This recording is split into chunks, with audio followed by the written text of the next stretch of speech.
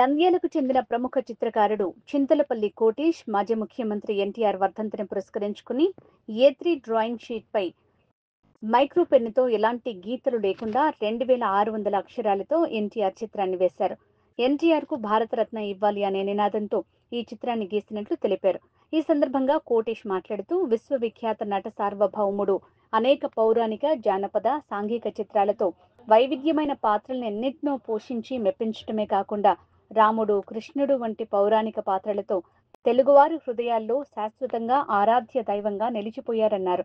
తెలుగుదేశం పార్టీని స్థాపించి ఆంధ్రప్రదేశ్ ముఖ్యమంత్రిగా ప్రజలకు ఎన్నో పథకాలను అందించిన మహానుభావులు, కారణ జన్ములు, అన్ని అర్హతలు ఉన్న ఎన్టీఆర్ కు కేంద్ర ప్రభుత్వం భారతరత్న ఇచ్చి సముచిత గౌరవం కల్పించాలని డిమాండ్ చేశారు.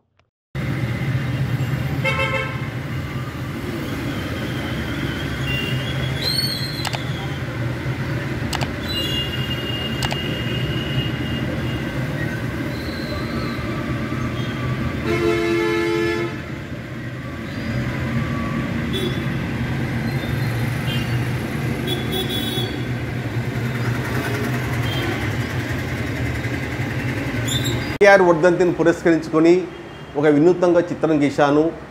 ఏ3 డ్రాయింగ్ షార్ట్ మీద ఎటువంటి గీత లేకుండా మైక్రో పెన్నుతో ఎన్టీఆర్కు భారతరత్న ఇవ్వాలి అనే నినాదాలతో, అంటే 2600 అక్షరాలతో ఎన్టీఆర్ చిత్రాన్ని గీశాను. ఈ చిత్రం గీయడానికి 3 గంటల సమయం పట్టింది. నేను ఎన్టీఆర్ గారి అభిమాని. విశ్వవిఖ్యాత నట సార్వభౌముడు, పౌరాణిక, జానపద, సాంఘిక వంటి చిత్రాల్లో నటించి మెప్పించడం కాకుండా రాముడు, కృష్ణుడు వంటి పాత్రలలో తెలుగువారి హృదయాల్లో శాశ్వతంగా నిలిచిపోయారు.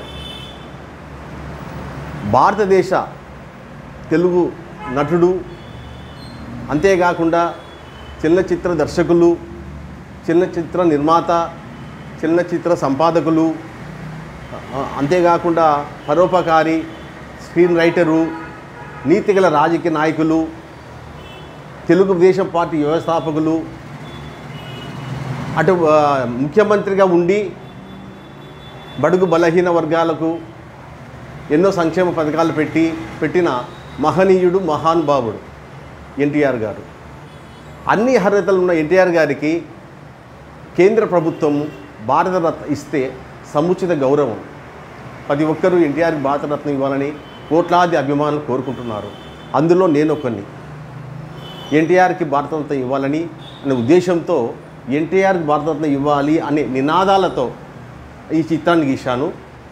ఖచ్చితంగా భారతరత్న ఇవ్వాలని కేంద్ర ప్రభుత్వాన్ని కోరుకుంటున్నాను. జై ఎన్టీఆర్, జై జై ఎన్టీఆర్.